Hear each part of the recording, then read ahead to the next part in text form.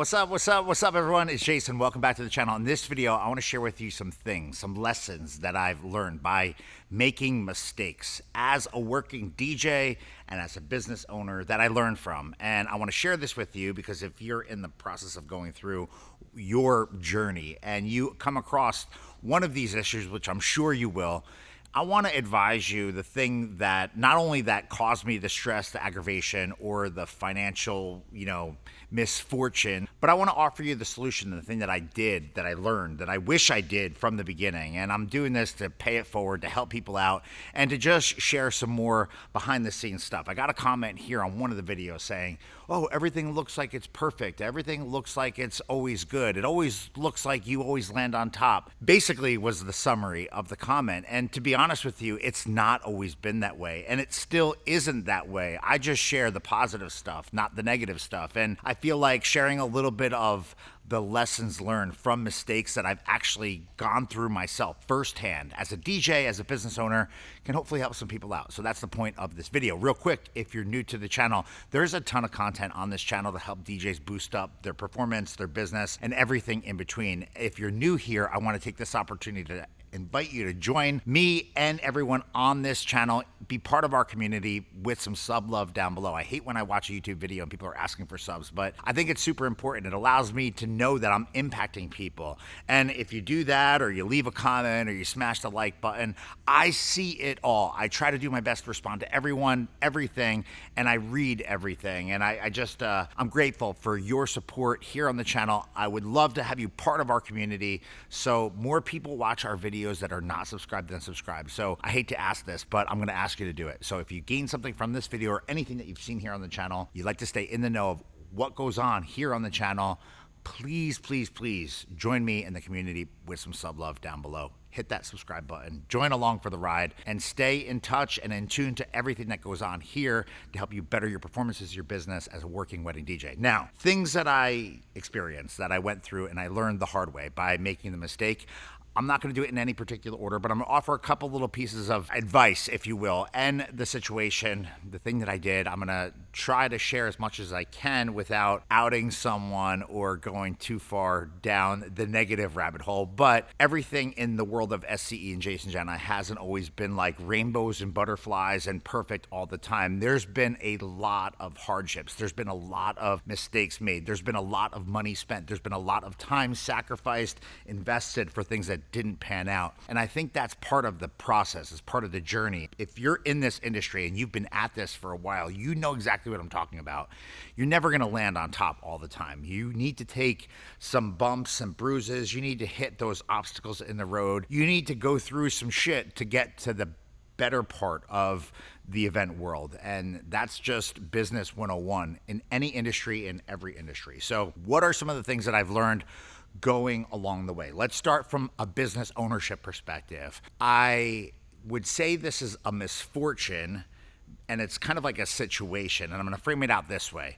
I've been a victim of trusting people on their word without doing the diligence of kind of understanding their why, their motivation. And trusting someone is always a part of business, but I've trusted sometimes some people that in the end never delivered on their word, couldn't deliver on their word, and just never lived up to everything they said they wanted to do, wanted to accomplish. They weren't willing to do their part to get to the success part of business. So the lesson here is I've always trusted people, and maybe I've trusted people too much, too soon. The lesson that I would advise anyone, and not to start off with a hella negative, but the lesson would be to take your time, to not just give away the bag without putting some time in. Now, how we fixed all of this is rather than give someone like a glowing opportunity and putting them on the map and giving people access to the world of SCE without going through the steps, is I'm a little bit more cautious. I take a little bit more time. And I've done this because I'd like to grow. I like to have a business. I like to have an army of people here at SCE, but I don't just trust out of the gate what someone has to say. I take the time to understand their why, their motivation, what they're trying to do, what their goals are. I also give them an opportunity to prove themselves over time, and not like a crazy extended period of time, but I never open up the bag without doing a little bit of kind of work with them. I make people come to an event, 2 or 3 events that I'm personally doing before we hire them on as a host. I want to make sure that they fit. I look at things like, do they have their hands in the pockets? Are they paying attention to like the simple directions that I'm asking them to abide by when we're working? Like, don't use your phone in plain sight of people. Keep it down. Make sure that you keep a smile on your face when you're behind the booth. Make sure that if you need to do something, you step out from the DJ booth. Don't leave your trash around the DJ booth. Little things that are super simple and I think are obvious are things that sometimes people don't get out of the gate. I think you can learn a lot by someone and about someone by what they do in terms of action. So words are great, intentions are great, but you have to like work with someone a little bit to see if the representative, the person that they were when they first reached out to you, actually play out to be the real person of who they are. So do they follow directions? Can they follow directions? Are they aware of their surroundings? How are they with helping someone? Do they go out of their way to assist in some way, shape, or form? Are they just sitting back with their hands in their pockets? What's their demeanor? And what are they saying?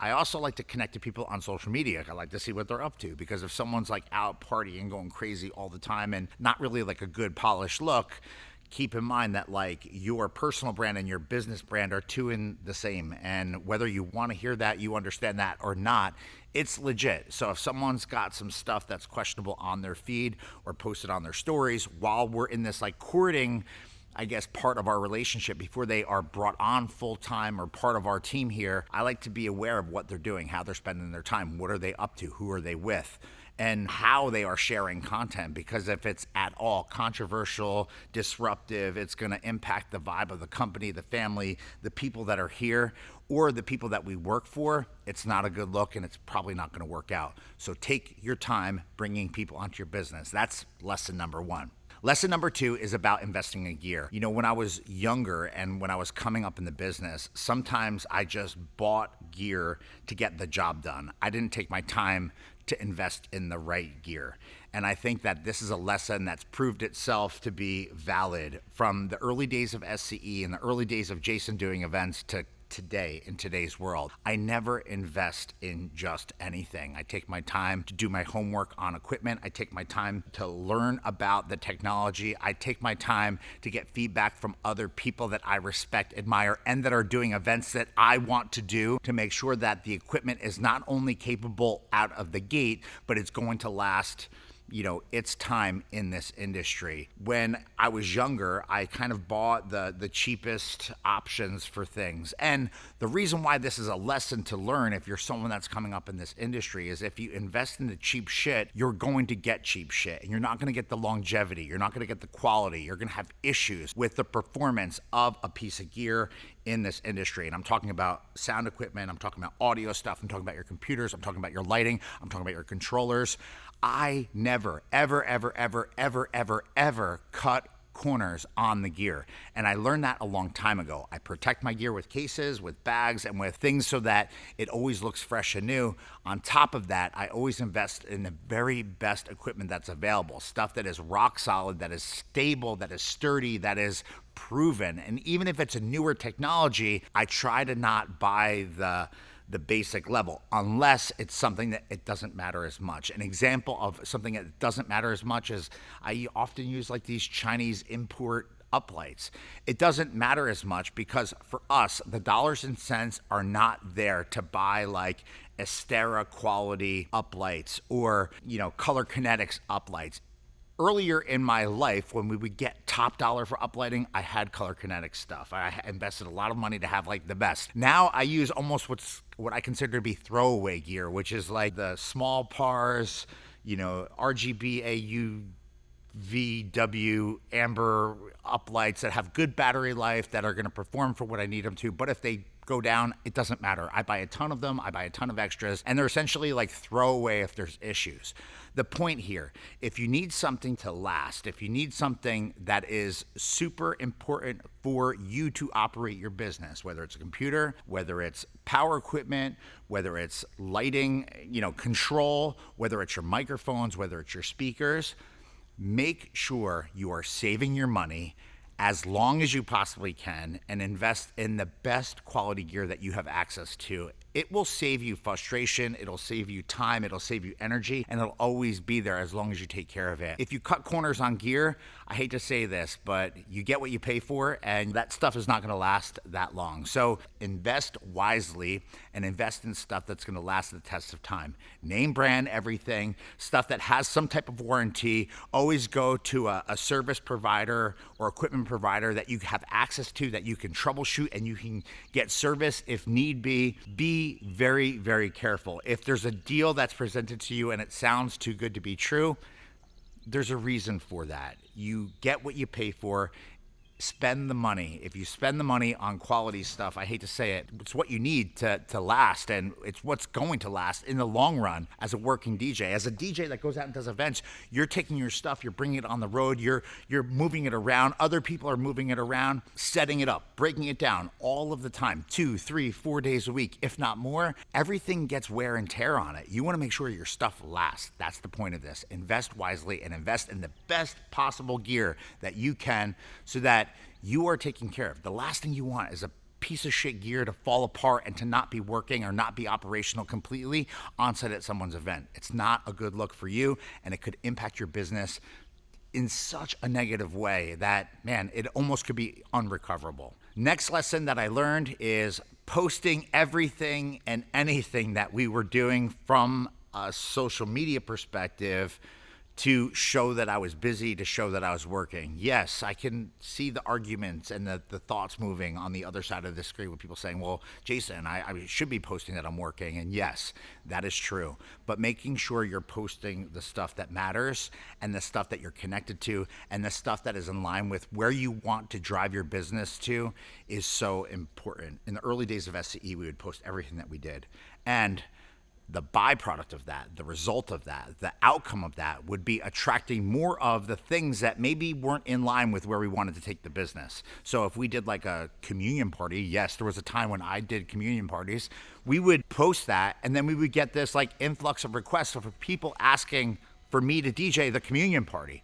Now, that's not my vibe. That's why I don't do Sweet 16s. That's why I don't do teen events. I don't do children's events. I post the lane that, and only the lane of events that I want to be in, which is weddings, corporate events, adult attended events that are a lot of fun, that are packed, that have production. Those are my lanes. And that is very much only what we share frequently from SCE. The lesson here is don't post anything just to post it. Post things that connect to where you want to go, who you want to be, and who you want to service. What's going to be attractive to the people, your ideal client, customer, event type. That's the only stuff that you should be sharing from your personal and from your business account. Whatever you post, you attract more of. That's the lesson here. So only post the stuff where you want to drive your business to. And I think it's a lesson that was hard to learn, and it took a long time for me to learn, but it's an important lesson that everyone watching this video could probably benefit from. So that's why it's in this video. I'm going to conclude this video with my fourth tip, and that is accepting anything and everything that came my way. In the early days of SCE, the early days of me doing private events, I accepted every single opportunity that came in front of me. It was like, as long as I could get someone's attention, I was down to do that event. And I think there's a lot of benefits that could come from that. Yes, if you're in that situation right now watching this video, I understand you. I've been there. I definitely understand where you can learn and how you can grow from doing that, because I did it firsthand.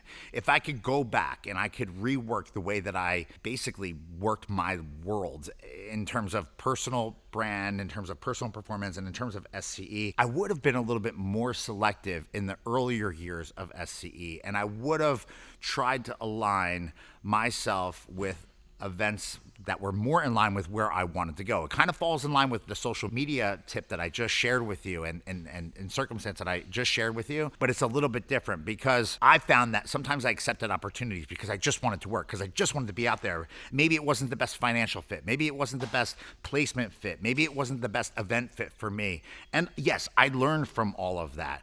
But every time I accepted an opportunity, I wouldn't say every time, but there was a lot of times where I accepted opportunities that maybe weren't the best fit for me. I essentially shut the door as soon as someone signed a contract for an opportunity that I didn't even see on the horizon that reached out to me later that I couldn't be part of, that was more in line with where I wanted to go, that more in line with the things I wanted to do. And what did it do? It prolonged me from getting to my goal. It prolonged me from accomplishing more of what I wanted to do. Instead of me doing exactly what I wanted to do, I was stuck doing some bullshit event that I didn't want to be part of because I was just chasing the wrong carrots, whether it be financial or it was I just wanted to work. Now, I understand this may or may not connect to everyone, but if you can be selective and you can align yourself with doing the events that you want to be part of, and you can learn to say the most powerful word ever, which is no, to opportunities when they're presented to you, if they're not the best fit for you, your business, and where you want to go, I can tell you that it could help you get to where you want to go in a more efficient way, and you could have less wear and tear on your gear. It's like you're putting obstacles in front of you on a road that don't need to be there because you're stuck doing things that you don't want to do. The point of this random tip is be mindful of what you're accepting. Be mindful for every opportunity that you say yes to, and keep track of the inquiries that come into you for those dates that maybe are more in line with where you want to go. So I'm not saying don't work. That's not what I'm saying. If there's an opportunity that comes up that, yeah, you want to work, you want to get busy, you want to chase the carrot of earning some money, you want to earn some money, you need to earn some money, you need to keep things moving, I understand that. But maybe don't accept some bullshit event 8 months out in advance. Maybe you only accept those BS events a month or a month and a half in advance where you know your calendar's not going to be booked. Because if you book something 8 months or a year out in advance, you're essentially locking yourself to that event on the calendar for that day. And the next month, your phone might ring with that perfect opportunity, working for that perfect couple at that perfect venue or that perfect event that you really want to be part of. And you have to say no to that opportunity. And that one opportunity could literally throw you into another stratosphere if you had the opportunity to do it. But you can't do it because you said that you were available and you signed a contract for an event that you really shouldn't be part of. You're going to limit yourself. You're going to put a cap on your potential in a lot of respects. And I hope that makes sense to you. Anyway, I'd love to hear from you. Do you value this information? Do you find it helpful? And if so, please add a comment down below. Share something that you've learned along your way as a DJ. No matter if you're new to the industry, you've been doing this for 30 plus years, I want to hear from you. And I want to hear from you in the comments down below. Let's continue the conversation. Let's help people coming up in this industry. I just appreciate you sticking with me to the end of this long form video here on my channel. Anyway, stay in contact, stay in touch, comments down below, and be on the lookout for more content coming right here to this channel in the days, weeks, and months ahead. Thank you so much for watching.